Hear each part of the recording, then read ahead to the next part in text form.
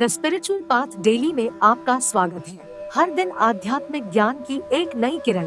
महाभारत मतलब एक से बढ़कर एक किरदार और उनकी कहानियां, त्याग, कर्तव्य, वचन, इन सब की मिसालें मिलती हैं।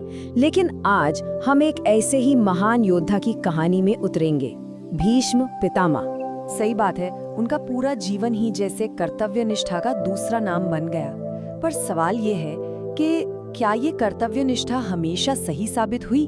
चलिए इसी गुत्थी को सुलझाने की कोशिश करते हैं। सोचकर देखिए, एक ऐसा वरदान, इच्छा मृत्यु का मतलब ये कि जब तक वो खुद न चाहें उन्हें कोई मार ही नहीं सकता था।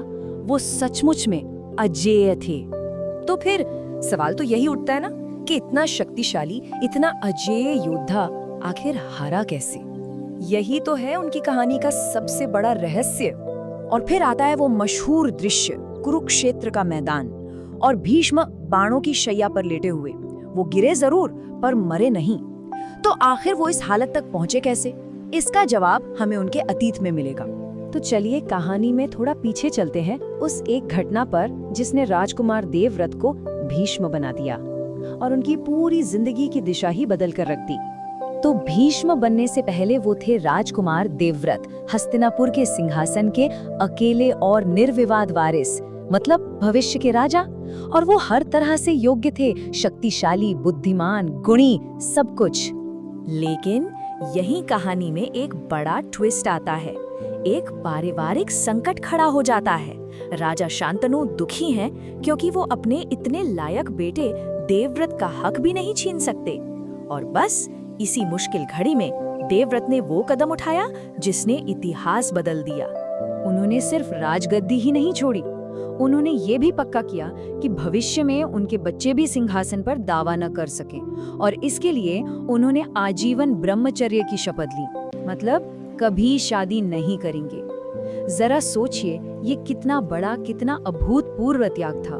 उनकी ये प्रतिज्ञा इतनी कठोर, इतनी भयानक थी कि कहते हैं इसी के बाद देवताओं ने देवव्रत को भीष्म नाम दिया, जिसका मतलब ही है भयंकर प्रतिज्ञा लेने वाला।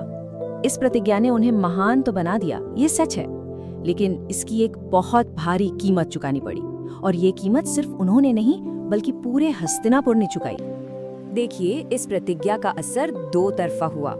एक तरफ तो उन्हें इच्छा मृत्यु का वरदान मिल गया, एक बहुत बड़ी शक्ति, लेकिन दूसरी तरफ वो हमेशा के लिए सिंहासन के सेवक बनकर रह गए।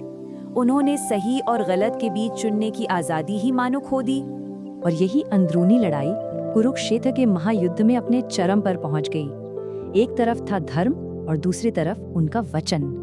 उनका दिल वो पांडवों के साथ था। आखिर उन्होंने ही तो उन्हें पाला पोसा था और वो अच्छी तरह जानते थे कि पांडवों का पक्ष ही न्याय का पक्ष है, धर्म का पक्ष है। लेकिन उनकी प्रतिज्ञा, वो उन्हें हस्तिनापुर के सिंहासन से बांधती थी। और उस सिंहासन पर कौन बैठा था? दुर्योधन और कौरव।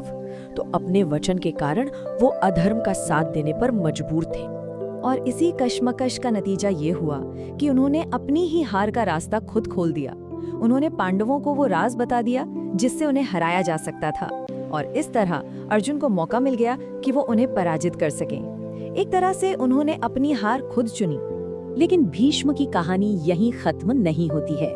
बाणों की उस शैया पर भी उन्होंने अपने कष्ट को सेवा के एक आखिरी महान काम में बदल दिया। अपने इच्छा मृत्यु के वरदान का इस्तेमाल करते हुए उन्होंने तुरंत मृत्यु को नहीं चुना, बल्कि वो बाणों की शैया पर लेटे रहे और उत्तरायण के शुभ समय का इंतजार करते रहे।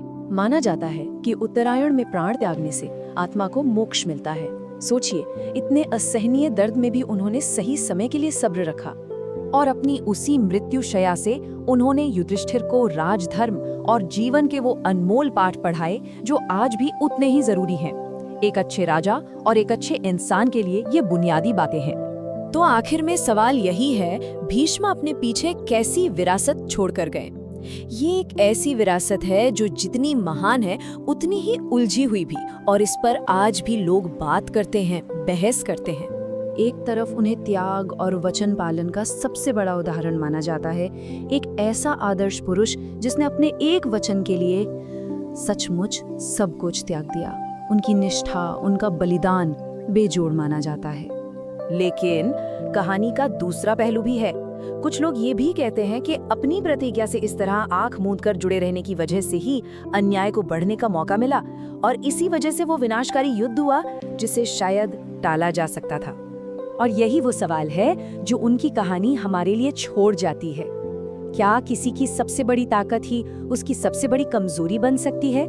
क्या किसी सिद्धांत या वचन का पालन इतना कठोर हो जाना चाहिए कि वो न्याय और धर्म से भी बड़ा हो जाए?